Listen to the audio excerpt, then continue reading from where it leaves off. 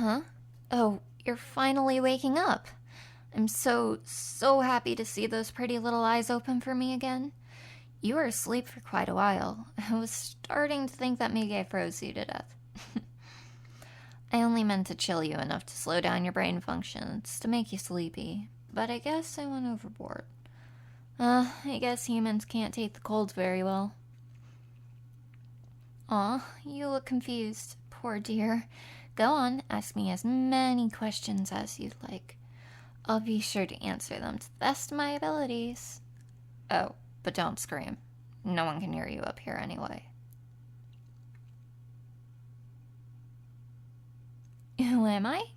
I'm Vanessa Silly. I guess you don't remember me, though. I didn't exactly introduce myself earlier. Where are you?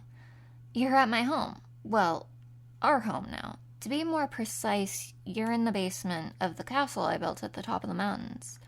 But I made sure it was nice and cozy down here for you. I got you a soft mattress, plenty of blankets, a little wall torch, and the most comfortable pillow I could find. You'll be able to move upstairs after we've built some trust. How did you get here? Good question. Well, I saw you in the forest earlier. You were all alone, so I thought it would be the perfect time to act.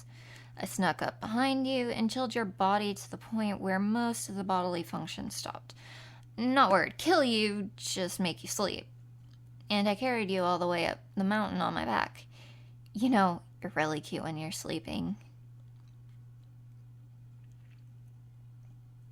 Well, yes, I chilled you. I'm an ice princess, or witch? I think that's what humans prefer to call us. In Japan, we're called Yukiona, or a snow woman, but the whole ice princess title makes me sound important, so I like that better. Why are you here? And why are you chained up? Well, I had to chain you up, so you wouldn't run away and do anything silly, of course. And I brought you here, 'cause, well, I love you, silly goose. I know we haven't really talked, but I've been watching you ever since winter, I guess. I saw you in the forest making snowmen and helping that little birdie that fell from its nest. My heart felt weird when I watched you. You seemed so sweet, so innocent. I just had to have you. My life is pretty lonely here after all. Don't get many visitors up in the mountains. It's too cold for most people up here. Oh, no. Don't struggle, dear. You'll only hurt yourself. I tried to make sure your chains were tight enough to keep you from running off and possibly falling down the mountain and breaking a leg, or freezing to death, but loose enough to not break your ankles or wrists. But if you move too much, you could hurt yourself. When can you go home? Darling, what are you talking about? This is home now. Just you and me and her little ice castle. I've lived up here for a while now, all alone, of course. But when I knew you'd be joining me, I expanded the place a bit, so you don't have to worry about there not being enough space for the both of us. Well, the castle is made of ice, so I can change it whenever I want, really. It just takes a little time. Being up in the mountains makes sure it's always cold enough to ensure the place doesn't melt, even in the dead of summer. Of course, that means if you don't like anything about this place, I can change it to your liking. I could even mimic your old home if you'd like, though it wouldn't be as grand as this castle. Living in a castle makes you feel like royalty, and doesn't everyone dream of being royal at some point? Nothing to worry about, you're the ruler of a whole kingdom, you get all the finest things in life. Though your kingdom will be that of ice and snow, and the subjects mainly animals, but that's not too bad. Well, people rarely come up here. Usually it's only stinky hunters, which is why I was surprised to see you at the base of the mountain that day. You were and still are so cute.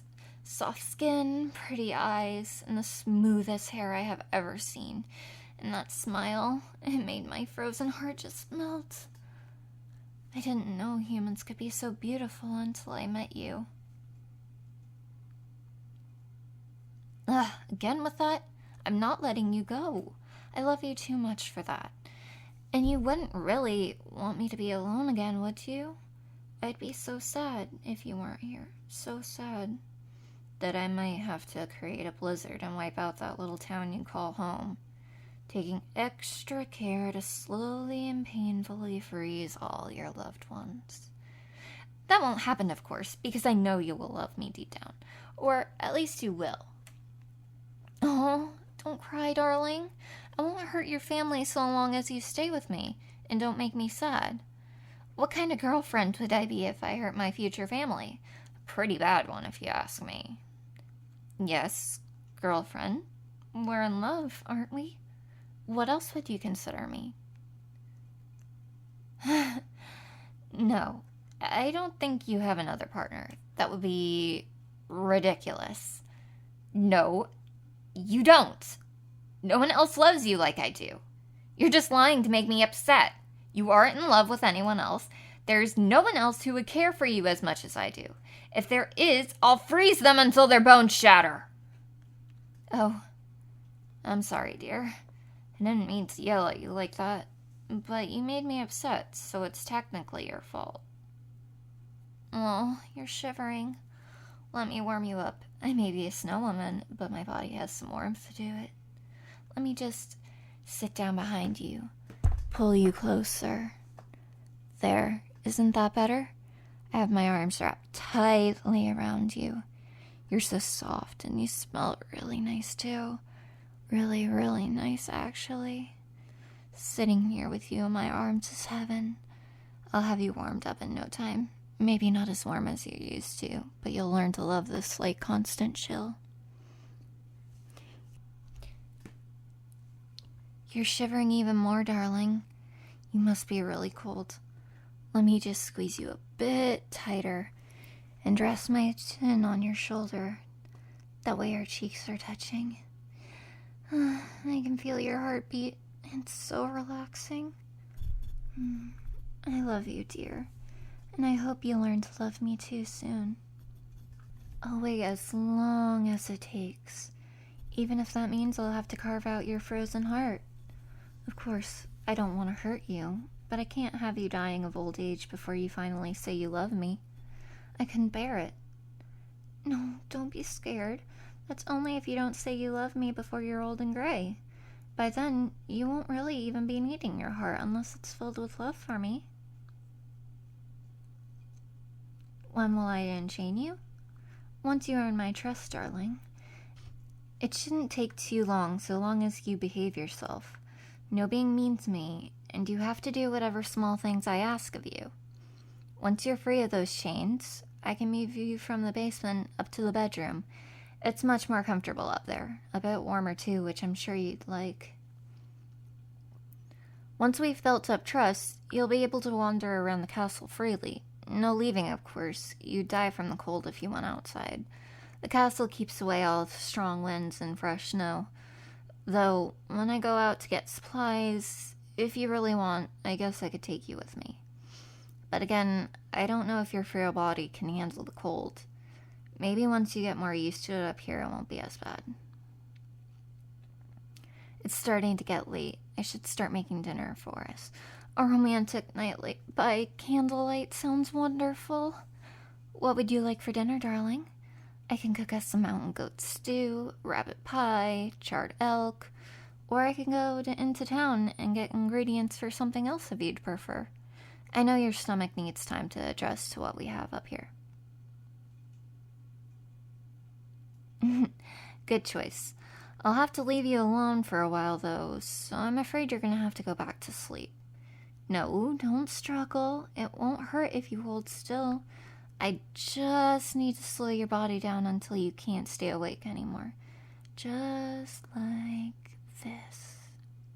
There we go. I know it's cold, but you'll be asleep soon anyway. You look so cute, struggling to keep your eyes open. There you go. Just close your pretty little eyes and go to sleep. I love you, darling. Sweet dreams.